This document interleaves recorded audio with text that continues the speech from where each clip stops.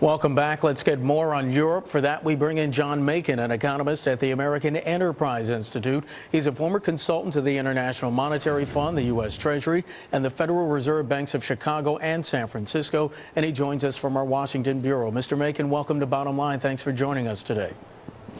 Mark, thanks for having me. Sir, are Greece's austerity measures enough to keep the country from defaulting?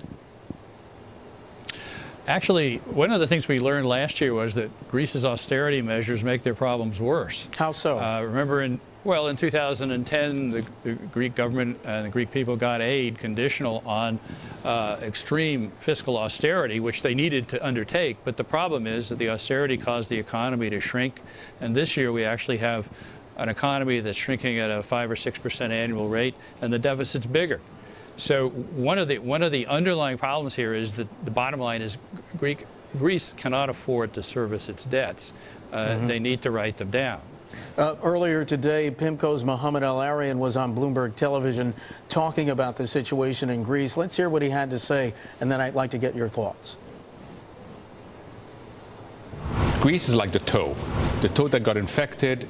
It wasn't dealt with, and therefore the infection spread throughout the whole body and is now threatening vital organs. Greece is a toe. It's no longer an issue about Greece. I think it's an issue about the rest of the body. Mr. Macon, is that an apt analogy? Maybe. I mean, maybe we should amputate in order to save the patient. That is, and by that I mean we do need to see Greek debt written down. People have to take a haircut on it, because the course we're going down now will leave us in the same position a year from now, with Greece less able to service its debt and more concern and a bigger chance that Greece's problems will infect the rest of Europe. So right now the talks are just trying to buy some time. Well, today the Greek Prime Minister George Papandreou said, quoting here, "We are not a poor country. We are a country that has been governed badly." Is this about bad governance or about Greece's spending too much and not living within its means? Well, it's clearly about Greece spending too much and not living within its means, and having accumulated debts that were viewed as sovereign debts and at one time were viewed as good as German debts. And so lots of banks own them. But right now, those debts are not as good as claims on Germany, and the Greek government and the Greek people can't afford to totally service them. And so they're worth less than they were when they were issued. Mr. Macon, how's Greece governing itself now? Can Parliament come up with those votes that it needs to secure the release of that next tranche of aid?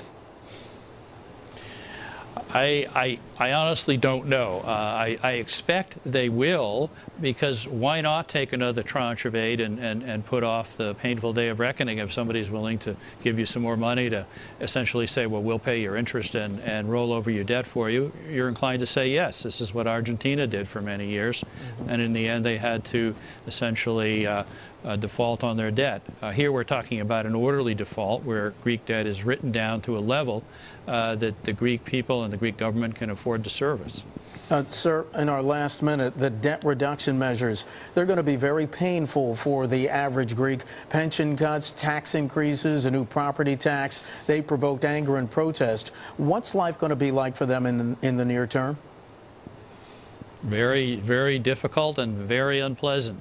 The bottom line is that promises have been made to the Greek people that the government can't keep, and unless essentially Germany is willing to underwrite the check, they'll have to renege on those promises. Sir, in about 15 seconds. There's going to be a lot of unhappiness. In about 15 seconds, is Germany prepared to underwrite that check? Do the German people have the stomach for that again? Well, the poll you showed earlier suggests they don't. That doesn't mean that the German government won't participate in some arrangement to try to put off the ultimate solution here, which is to write down the Greek debt. Again, remember, the German people never voted to join the European Monetary Union, so the elites in Germany tend to do pretty much what they want to on these issues. John Macon, an economist at the American Enterprise Institute, joining us from Washington. Mr. Macon, thanks so much for your time and your perspective. We appreciate it.